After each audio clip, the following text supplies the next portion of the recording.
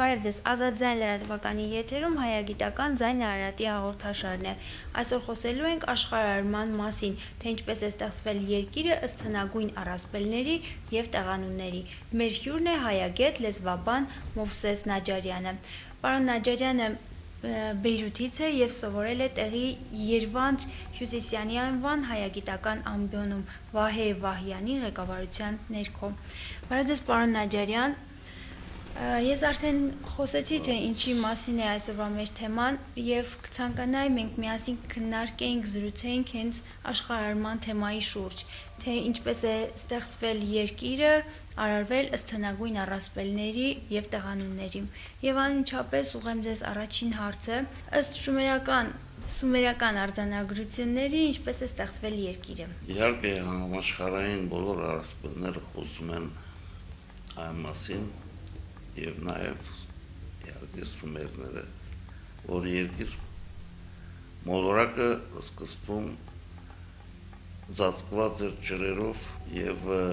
անպատրաստ էր, ոնց որ սուտ կրկի մեջ է ասում։ Խնդիրը սա է, որ այդ անպատրաստ վիճակի մեջ դիեզերքից գալիս են ռեշտակներ եւ գալիս են երկիրը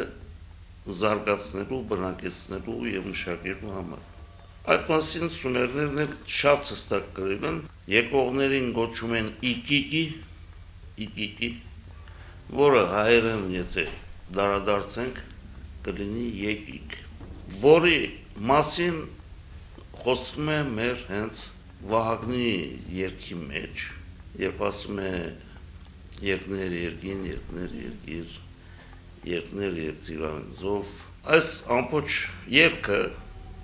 ոչ թե Վահագնի ծնունդի մասին է, որի մասին ընդհանրապես հորենացին չի ակնարկել, թե երգել են Վահագնի ծննդյան մասին, այլ երգել են Վահագնի մասին ուղղակիորեն, եւ այդ երգում մի բառ է բակասում սկզբից, խոսքը գնում է Աստված բարի մասին, երբ դնում ենք մենք Աստված բարի սկզբում, ստացվում է, որ Աստված երկնում էր երկինքը, երկիրը, ուրեմն Վահագն Եկիկ, Վահագնը վիշապակա Վահագնի հետ ընդհանրապես ուղղակիորեն առնչություն չունի, դա ժամանակակային առումով շատ մեծ տարբերություն կա դրանց միջև, որովհետև խորենացին տվել է մեր արքայացանկը, ասենք Վահագնի մասին, վիշապակա Վահագնի մասին ասում է նա մեր արքաներից Տիգրան Երվանդյանի որդիներից մեկն էր, երբ Տիգրան Երվանդյանը պատերազմեց Աժդահակի դեմ, ըստ երևույթին հենց այդ Տիգրան Երվանդյանի որդի Վահագնն է, որ Աժդահակին սպանել է կամ չեզոքացրել է եւ դրա համար վերցրել է իրեն կոչել են վիշապակա։ Այդ երգի մեջ խոսքը գրում է ուրեմն ջրերից, որը ծածկում էր երկիր մոլորակը, առաջին եղեգնիկն է դուրս գալիս, այդ եղեգնիկը շատ հստակ որ հրաբուխ է, հրաբխի մի եղեգն է, այսպես ասենք, փող է, որի վերևից փողի ուրեմն ծայրից ձուխեր ելնում սկիզբը, հետո մենք շատ հստակ պատկեր է հրաբխային գործունեության, սկիզբը ձուխ է ելնում, հետո բոց է ելնում, հետո հրաբուխը ժայթքում է։ Նույն պատկերն է, որ տալիս է Վահագնի երգը, ընտեղեկան փող ձուխ ելաներ, հետո ընտեղեկան փող բոց ելաներ, Եվի բոցույն վազեր խարդյաշ բադան գիգը։ Այսինքն այդ բոցերի վրա այդ ուարկված մարդկանց ղեկավարը մնում էր, սավառնում էր, սպասում էր, երբ պիտի հաջորդեր այդ բոցերին լավան, այդ լավան չորանար եւ հենարան գտնեին երկրի վրա, որպես իր հրեշտակին ուղարկի երկիր հաստատվելու համար։ Առաջին հրեշտակը, որին ուղարկել է, այդ մասին խոսում են շատ օրինակորեն արաբները, արաբական առասպելները, որտեղ ուղղակի Վահագնբարը իր իմաստային բնութագիրն է ընդ պահպանված, وأهج الدخان ասում է,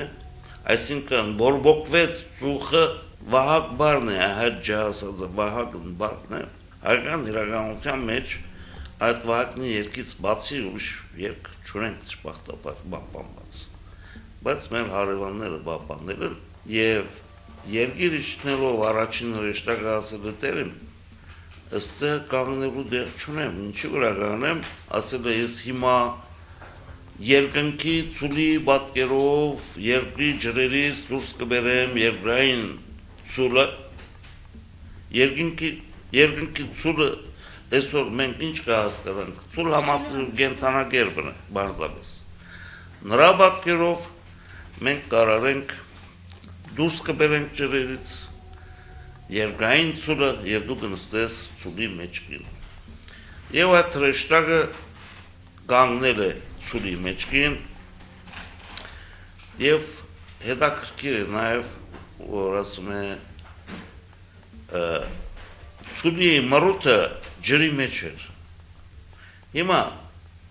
եթե մենք խոսում ենք ցուլի մասին, արաբ մասնակետը, որ հավաքել է, հավաքագրել է այդ ամենը, իր համար ցուլը ցուլ կենթանին է, ցուլը, որ երկնքից, երկիր, այսպես ասած, իր պատճենը ունեցավ, դա հայկական Տավրոս լեռնաշխտան է, Տավարը, Տավրոսը նույն արմատը ունեն, եւ ուրեմն հայկական Տավրոսը պատկերում է ուղղակիորեն երկնային ցուլ կենթանակերպը երկրի վրա։ Այնինչ որ երկնքում է նրա պատկերը արարվել է երկրի վրա այս սկզբունքով։ Երկու տեսակի զույգեր կան, երկրային զույգեր կան, երկրային իրար զույգեր կան։ Ուրեմն ցուլը բողոքել է, երբ որ հրեշտակը ցուլի մեջ կնականգներ, բողոքել է, որ Տերին ես բերիր, ես սկային դրիր մեջքիս, ես ընկղմում եմ, սուզվում եմ ջրի տակ, մինչ արարա ասում է, թե չէ, խեղդվելու եմ, Աստված ասում է հիմա երկրային բյուրեղյա ագնից մի բեգոր բոկեմ, կմեծացնեմ, կդնեմ ոտների տակ, բոկը մեծացնում է, դնում է ցուլի ոտների տակ, այդ բյուրեղյա քարը Հայաստանում, հայկական լեռնաշխարհում, որ դարեր շարունակ կոչվել է բյուր ագն, բյուրագնյան լեռներ, կազմում է երկրորդ արարված լեռնաշղթան կամ լեռնազանգվածը հայկական լեռնաշխարհում եւ ընդհանրապես երկրի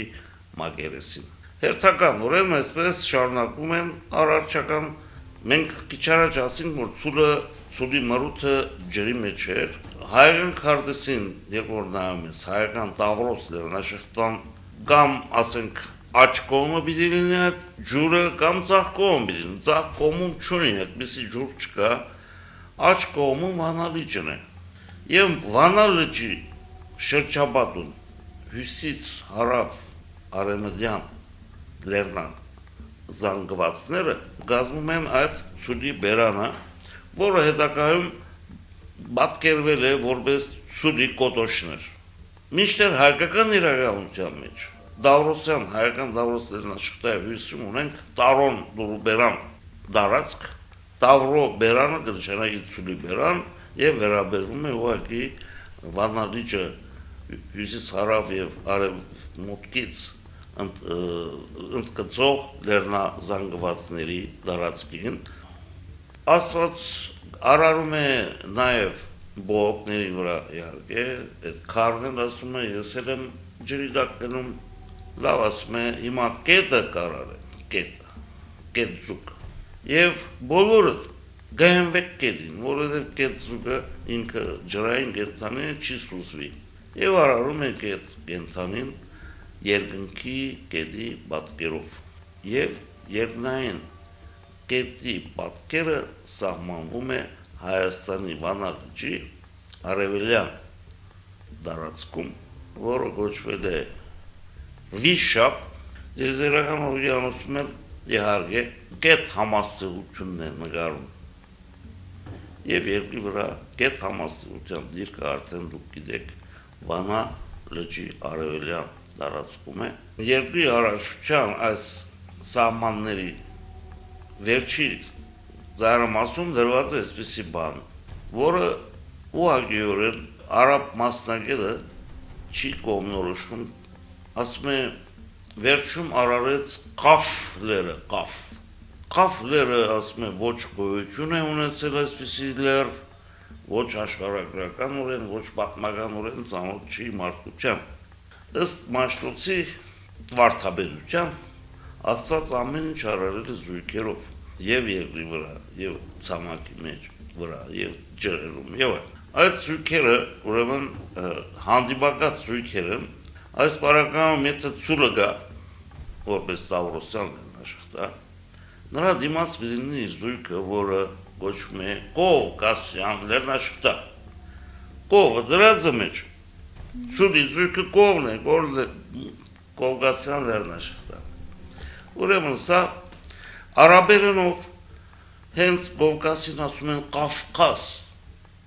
եւ բարձ երևում է, որ այդ Ղաֆ լերը վերաբերում է Կովկասյան լեռնաշղթային։ Ինչ վերաբերում է ուրեմն երկրի ցամաքի հարաշության, առաջի պաստորեն երկրի վրա հայտնված ցամաքը որպես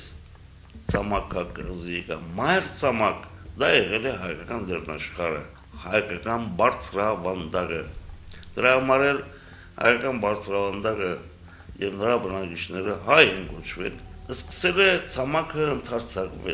ընդարձակվել է ջրերը քաշվել են կամաց, առաջացել են նոր ցամաքներ, բայց այդ ցամաքները եղել են միակտուր, այսինքն մեկից բխած մյուսը իրար հետ կապված, շահագապված մեկ մարմին։ Չի եղել այդպիսի ցամաքամասեր հասկացողություն այդ ժամանակներում, սա խոսքը գնում է մինչև ջրհեղեղյան ժամանակաշրջանը, որի մասին մենք գաղափար կարող ենք կազմել հնագույն մեզ հասած, ասենք, բաբելոնյան քարտեզ եւ այլն, եւ հնագույն եգիպտական քարտեզներով, որոնց մեջ երկրի ցամաքը որպես մեկ միակտուր մասսա կամ մարմին է երևում, չկան այդտեղ մյուս ցամաքամասեր։ Ջրհեղեղի ժամանակ է, որ երկիր մոլորակի ցամաքային այդ մարմինը բաժանվել է եւ դարձել են ոչ թե այս անգամ մայր ցամաքը, ցամաքամասեր առաջացել են նրանք, ընդ որում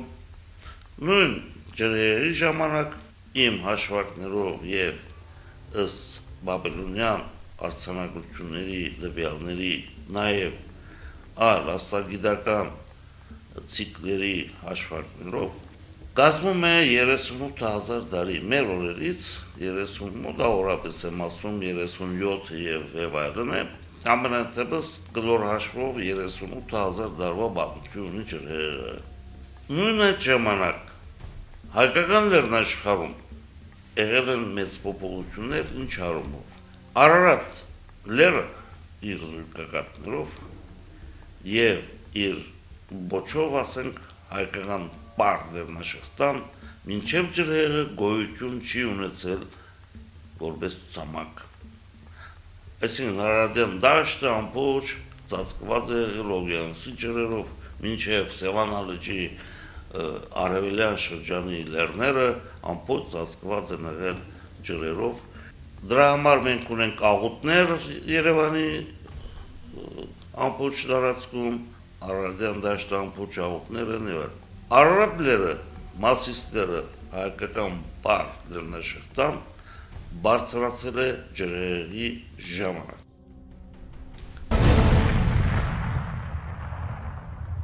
Խոսենք դրանց մասին աշխարհագրական անունների։ Հրեշտակը, որ իջել է հայկական Տավրոս լեռնաշղթայի վրա, դա Սասնա լեռներն են։ Սասնա լեռներից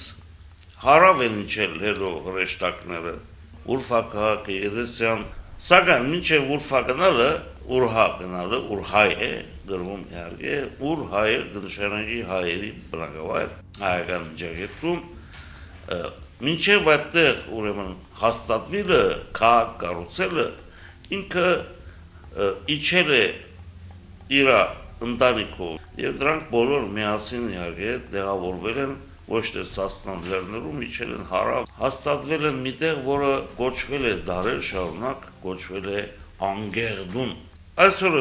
Անգերդան տեղը պահպանված է եւ մի բուժուրիկ փոքրիկ գյուղ կա, որը